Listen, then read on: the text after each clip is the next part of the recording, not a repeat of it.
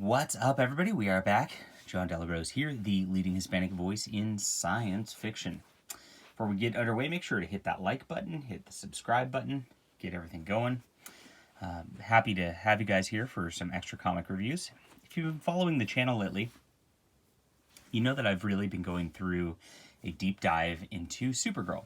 And Supergirl has a weird kind of history where they, spoiler, killed her in Crisis in 1984, if that's a spoiler for you, because they wanted to get Kara Zor-El out of the DC universe, and at the time they wanted just one Kryptonian to exist, to kind of streamline things. Well, that has caused Supergirl to kind of morph into different things over the years, and this is the beginning of her return to the DCU after Crisis, as not Kara Zor-El, but a different character altogether. So I've been trying to find all the different collected editions that contain the story post-Crisis, and of course some of the Kara Zor-El stuff also. So I'm going to become pretty soon the leading expert on Supergirl, the leading Hispanic expert on Supergirl. I don't know, funny stuff. Okay, so this is a series of trade paperbacks which came out a long time ago. This is when DC kind of still used a non-glossy paper. It's like just a cut above newsprint for their trade paperbacks. So it's kind of old. They made 9 volumes of this Man of Steel, and this is like the John Byrne era basically, and which is awesome. I had never read this before, and I've not really read a lot of Superman stuff in general. I know they're coming out with like a hardcover edition of at least a volume 1 of this later this year. That was supposed to be a big omnibus, and then they cut it down. And you know, the DC collected edition department is a train wreck. But that's another story for another video. We'll just focus on this for now. So this has a lot of different stuff, and of course the back does not actually list the contents because it's an old graphic novel, so it's not all that useful in the way that they do things. But it's got Superman number 19 through 22, Adventures of Superman 441 through 444, Doom Patrol number 10, and Superman Annual number 2. So interesting grouping of stuff. You know, we get about, how many issues is that? 7 issues plus the big annual. So we'll dive right in. This started with a very fun storyline, and this is by John Byrne, and who's the other person? Jerry something. They wrote everything backwards on here, which is a part of I don't even know how to pronounce this villain's Mxyzptlk sort of thing. I mean, it's just showing the bizarre, weird interdimensional being that Superman is fighting, and he's got a Bob's Big Boy sort of thing, if you guys remember that burger joint here. And of course, the whole character is, he's like a leprechaun basically. And you've got to, he's trying to do a trick, and Superman has to figure out the trick of how to defeat him. And Superman gets thrown into this like 2D Saturday morning cartoon world. Very fun. I love how the art style changes and fits with all the Flintstones and things like that. There's a Mighty Mouse in here before he finally defeats him. Total one-off thing, has nothing to do with Supergirl very much, except, are we in the first issue still? Hold on. Nope, it has nothing to do with Supergirl very much. But that's fine. It was a very fun issue. Very nice introduction to Superman. If anybody wants to just read a Superman story, good stuff.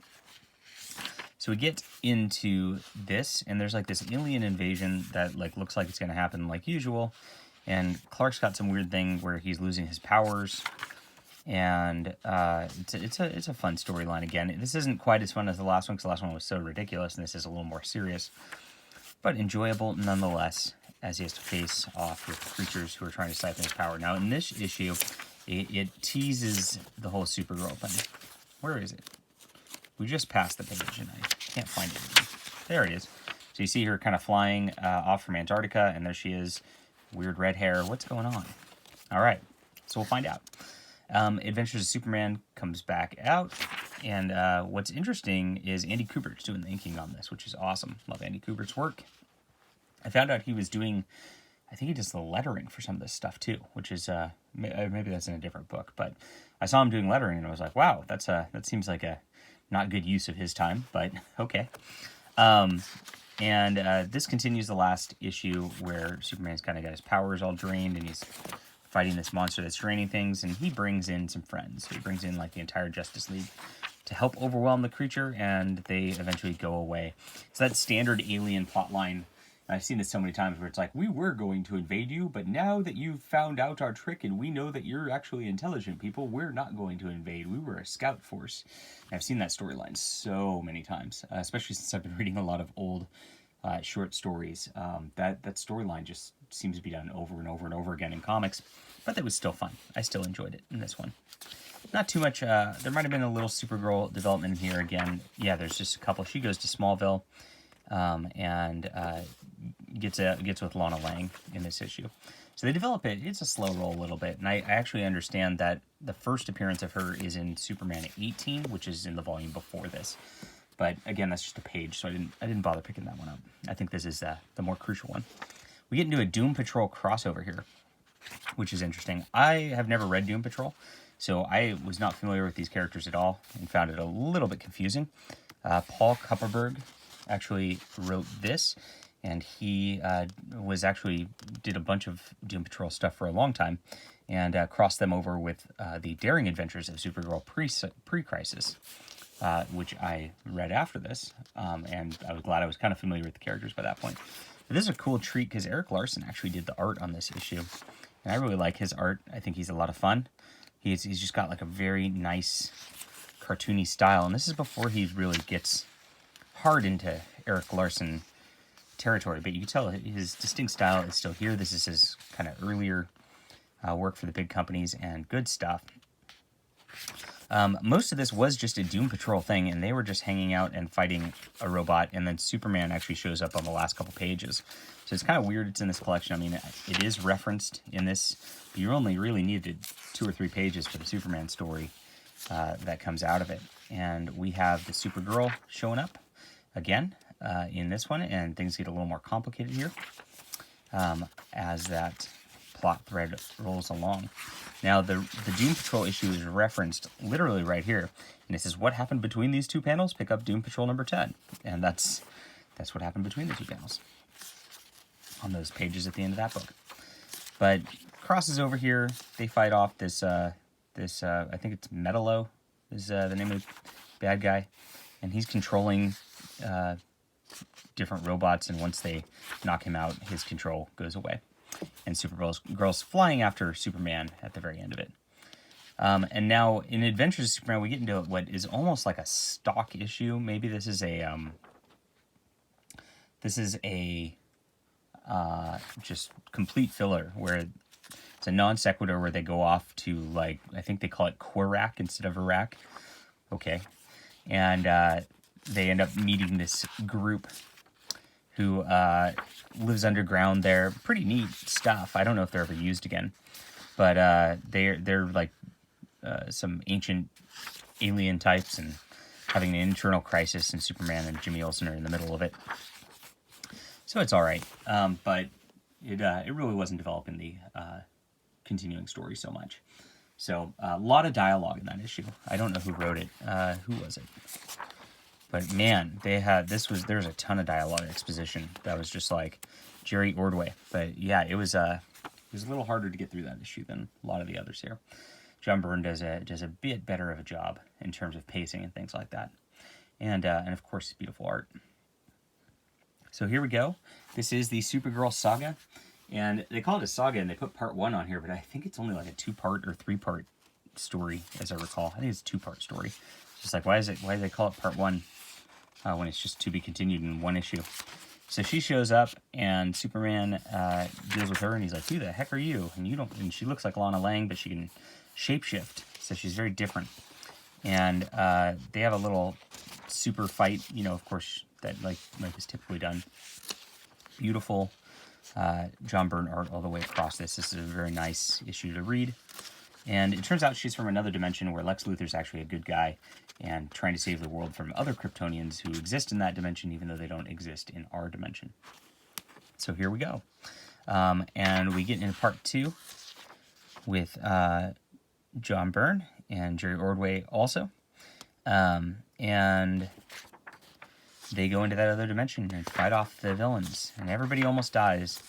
And Superman brings this girl back into our reality at the end of it. So pretty fun. good stuff. Oh, did they, oh, it is a 3-part story. I'm wrong. Okay. At the end of the next one, he brings her back into our reality. So we get to learn about the whole past of this this other universe in this issue, which is pretty neat. And yeah, the Superman title itself is just completely by John Byrne. So you get the writing and the pencils, and you can tell he's just like dialed in at this point. This is some of his best work, in my opinion, that I've read. And very fun stuff. Makes me want to read the entirety of this and get all the other 8 volumes, so I can read some of his work here. I don't know what happens after this. They do not continue this line. There's not a volume 10 that I can find. At least I don't think there is. So I don't know if John Byrne quit here or if he was still on it. Let me know if you are familiar with this run, because it's very difficult tracking down DC collected editions and trying to figure out exactly where they go. I wish they had something like the Marvel Epic Collection, which I always talk about those, because it's very easy to track what you're doing through those. And it ends with an annual, which is not connected to the Supergirl story. And this is interesting. So, I mean, it was a 3-part saga for this whole book, and it really does introduce the character so you know who she is at this point, because it's very confusing later on when you see her as Supergirl. And the first instance I had where I dealt with her, and I didn't quite understand it, because I think I was 10 years old when it came out, but it was in the Death of Superman issue. And of course, I, like everybody else, bought that, and I'd never read any other Superman because I was always a Marvel kid. And when she is injured, she becomes this like husk thing right here. You see it? And in that Death of Superman thing, whoops, there it is. There's the husk. In that Death of Superman, she becomes this husk and gets killed by Doomsday, it looks like. But this is how she regenerates as the changeling person, and I didn't know that. So I found it, and it looked like she was killed in that. And then I saw her in one of the later issues in the funeral for a friend, and she was alive, and I was like, this is very confusing to me. But if you were aware of this, you would understand that. So it's useful for her storyline there. Now, are there other key issues for her? She's kind of like a background character, and she ends up working for Lex Luthor because she loved Lex Luthor in the other universe where he was a good guy, and she presumes he's a good guy in this universe. And so that gets pretty interesting through the Superman series. But I don't know that there's a great collected edition way to go through all that at this point. Hopefully there will be at some point. Up to Death of Superman, that is. So, one annual, it's totally unrelated. I don't know why this image is in here, because there's no Supergirl in this story. This is actually a bringing back of the Newsboy Legion, which is a Jack Kirby invention. And Jack Kirby loved all these, these little rascals, kids, caper stories. And this is basically an homage to that and bringing them back into the post-crisis universe. They're like clones at this point, we find out. And this is drawn by Ron Frenz, who is my all-time favorite comic artist. So I was so happy to read this. I savored this story. They also brought back an old Golden Age character, the Guardian. And they don't realize it's the modern era yet, and so they're very confused, and the hot dogs are too expensive. Just lots of fun stuff. This is a very fun comic book. Roger Stern wrote it, who did a lot of Amazing Spider-Man stuff. Good work. And eventually, it turns out they're clones of a project, and there's some aliens who kind of are trying to mess with things, and Superman and them all team up and stop the alien. So very nice art all the way around. It's a good annual story. Very enjoyable stuff.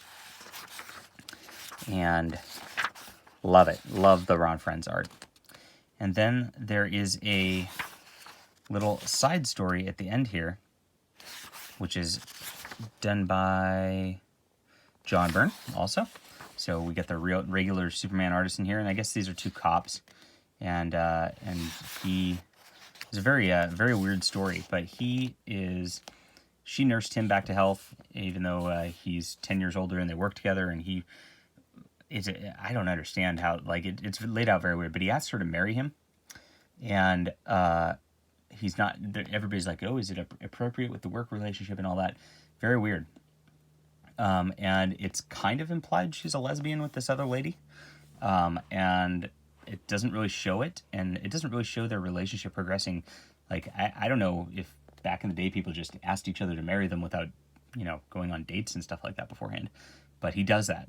So it's a very, very funky story that didn't work out to end the volume here. An 8-pager, I don't know how much it really impacts things in the universe.